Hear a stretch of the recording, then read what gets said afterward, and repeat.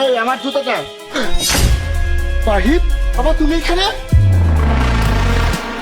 বাবা তুমি আমার ছেলে হয়ে তুমি এখানে মুচির কাজ করছো কেন? কার ছেলে? কোন ছেলে? আমরা আমার ছেলে না। আরে বাবা তুই সব কি বলছিস? আমি মানছি যে আমি অনেকদিন পরে বাড়িতে এসেছি, তার মানে এই নয় যে তুই আমাকে চিনতে পারবি না। তুমি আমার বাবা? তুমি কোথায় ছিলে যখন আমার সৎ মা আমাকে বের করে দিয়েছে বাড়ির থেকে? কি বাবা তুই সব কি বলছিস? তোর সৎ মা তোকে বাড়ি থেকে বের করে দিয়েছে? কই, ও তো আমাকে এরকম কোনো কিছু বলেনি। আমি যখনই তোর মায়ের কাছে তোর কথা জানতে চাই ও আমাকে বলে তোকে নাকি সে ভালো পড়াশোনা করার জন্য হোস্টেলে পাঠিয়েছে, কিন্তু আমি তো এখন দেখলাম যে তুই এখানে জুতা সেলাইয়ের কাজ করছিস। কিন্তু বাবা তুমি তো আমার খোঁজ করোনি।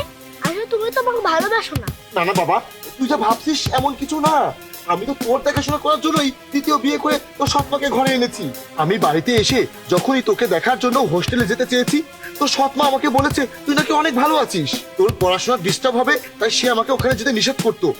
আমি তো এটা ভেবেই ওখানে যাইনি বাবা। বাবা আমি মানছি যে আমার অনেক বড় ভুল হয়েছে, কিন্তু আজকে আমি তোকে প্রমিস করছি আমার এরকম ভুল আর কখনো হবে না। তোকে আর এসব করতে হবে না, তুই এক্ষুনি আমার সাথে বাসায় চল। আমি তোমার সাথে যাবো না, তুমি যাও। না না বাবা তুই এভাবে বলিস না, তুই তো এখনো অনেক ছোট। আব্বু আমি যদি আগে জানতাম যে তোর সৎ মা তোর সাথে এরকম করবে, আমি কখনোই দ্বিতীয় বিয়ে করতাম না। আজ আমি সব দেখবো, তোর সাথে ও যে অন্যায় করেছে এর বদলা তো আমি নেবই। তুই চল বাবা আমার সাথে চল, চলে পাই দে।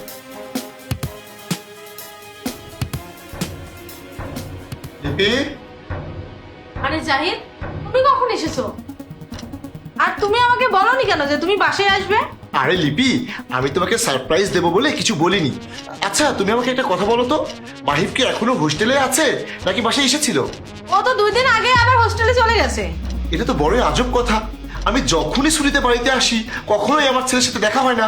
এতে আমার কি দোষ? ওর পরীক্ষা চলছে তাইও চলে গেছে। চুপ করো লিপি, তুমি অনেক মিথ্যা বলেছো। আমি আর একটাও তোমার মিথ্যা কথা সহ্য করব না। কি বললে জানো তুমি?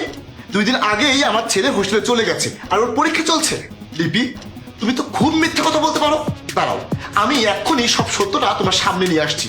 মাহিব বাবা এদিকে এসো তো। লিপি এই তো আমার ছেলে, তুমি আমাকে বলেছো আমার ছেলের ভালোভাবে পড়াশোনা করার জন্য ওকে হোস্টেলে দিয়েছো, কিন্তু আজকে আমি যখন বাসায় আসছিলাম তখন দেখলাম আমার ছেলে রাস্তায় মুচির কাজ করছে 5-10 টাকা ইনকাম করে নিজের পেট চালানোর জন্য, আর এই সব কিছু হয়েছে তোমার জন্য। লিপি তুমি কি ভুলে গেছো? আমি তোমাকে বিয়ের আগেই কিন্তু বলেছিলাম যে আমি তোমাকে বিয়ে করছি শুধুমাত্র আমার এই ছেলেটাকে দেখাশোনা করার জন্য, কিন্তু তুমি কি করেছো? আমার এতটুকু একটা ছেলেকে বাড়ি থেকে বের করে দিয়েছো। এই তোমার কি এতটুকু লজ্জা করেনি? তোমার কি বিবেকে এতটুকু বাঁধেনি এতটুকু একটা ছেলের উপরে এরকম অত্যাচার করতে? যদি আমার ছেলের কিছু হয়ে যেত না, এর দায়ভার কিন্তু তোমাকেই নিতে হতো। এতটুকু একটা ছেলে নিজের পেট চালানোর জন্য রাস্তায় মুচির কাজ করছে, তাও শুধু তোমার কারণে। আল্লাহর অনেক অনেক শুকরিয়া যে আমি ওকে পেয়েছি।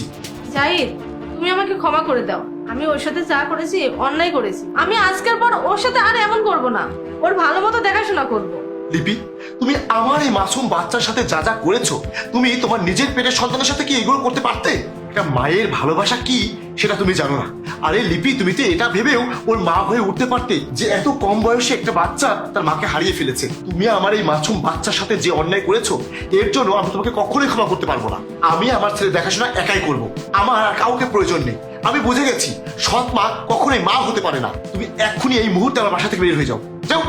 প্লিজ তুমি আমাকে ক্ষমা করে দাও। আমি তোমাকে বলছি তো এমন ভুল আমি আর কখনো করব না। আমাকে আর একটা সুযোগ দাও। তোমার উপরে আমার সব বিশ্বাস নষ্ট হয়ে গেছে। আমি তোমাকে আর এক মুহূর্তের জন্য বিশ্বাস করতে পারবো না। এটাই ভালো হবে তুমি এই মুহূর্তে আমার বাসা থেকে চলে যাও।